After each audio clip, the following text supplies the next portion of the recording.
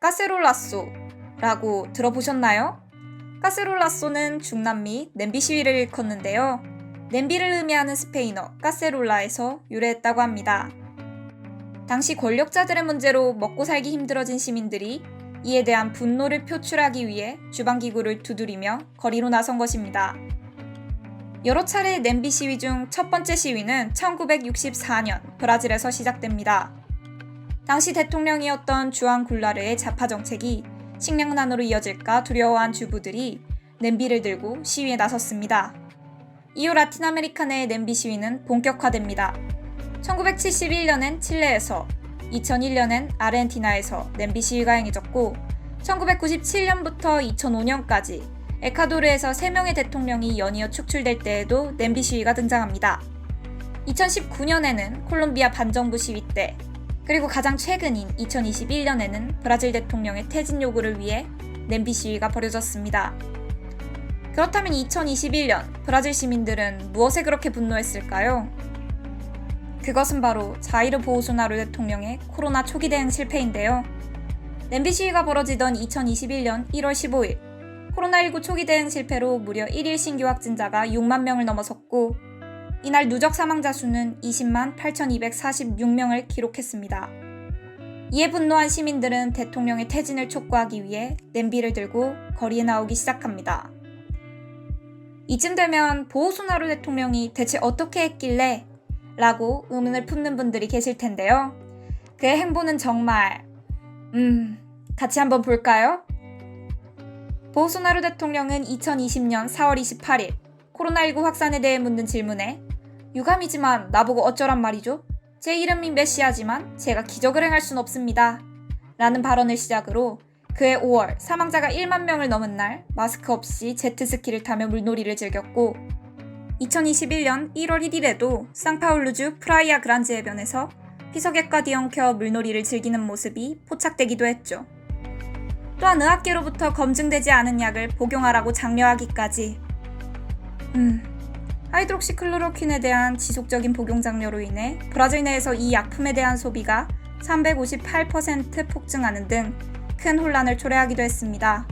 2020년 12월엔 코로나 백신 접종을 위해 20억 헤알, 하나로 약 4조 3,045억 원의 예산을 사용할 것이라 밝혔지만 본인은 화이자 바이오엔테크가 개발한 코로나19 백신을 맞지 않겠다고 주장했는데요.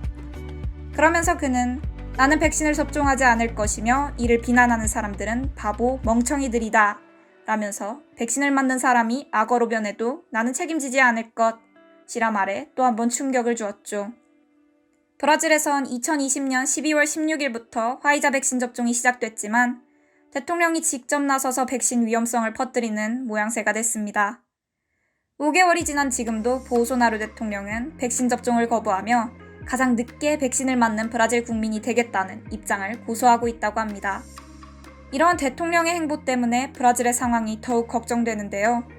그렇다면 현재 브라질의 코로나19 상황은 어떠할까요? 현재 브라질은 라틴 아메리카 내에서 전체 사망자 수가 가장 많은 나라이며 세계에서 두 번째로 많은 나라입니다. 매일 사망자가 빠르게 증가하고 있는 추세이며 전염성이 더 높은 변종 바이러스로 인해 감염 추세가 상승하고 있죠. 브라질 공중보건연구소인 피오크루즈는 브라질에서 무려 92개의 코로나 바이러스 변종이 발견되었다고 밝히기도 했습니다. 물론 브라질 내 코로나19 확산을 온전히 대통령의 잘못으로 치부할 수는 없습니다. 그보다도 여러 학자들은 빈곤과 의료에 대한 접근성에 문제가 있다고 주장하고 있습니다.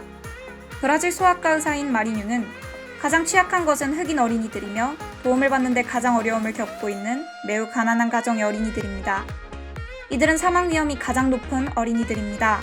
라고 말했으며 그녀는 붐비는 주거 조건으로 인해 사회적 거리를 두는 것이 불가능하고 가난한 지역사회는 지역 ICU를 이용할 수 없기 때문이라고 주장하고 있습니다.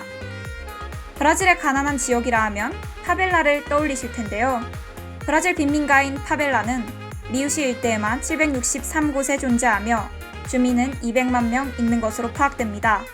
전문가들은 보건위생 환경이 열악하고 식수가 부족하며 밀도가 높은 파벨라에서 코로나19 감염이 다른 곳보다 급증할 수 있으며 파벨라 방역 실패 시 리우시 전체가 위기에 빠질 수 있음을 경고하기도 했습니다.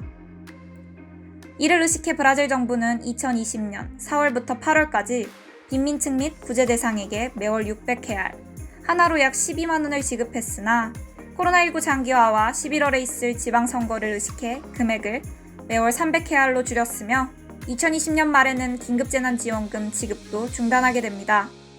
이에 따라 브라질 극빈층 비율은 2021년 2월 기준으로 12.8%로 정부의 지원 중단 후 빈민층의 상황이 더욱 악화되었습니다.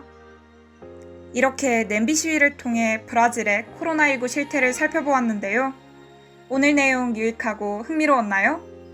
앞으로 보소나루 대통령의 행보와 빈곤층을 위한 정책을 관심 있게 살펴봐야 할 것 같습니다. 하루빨리 브라질뿐만 아니라 전 세계 모든 국가가 코로나19에서 벗어날 수 있기를 간절히 바라봅니다.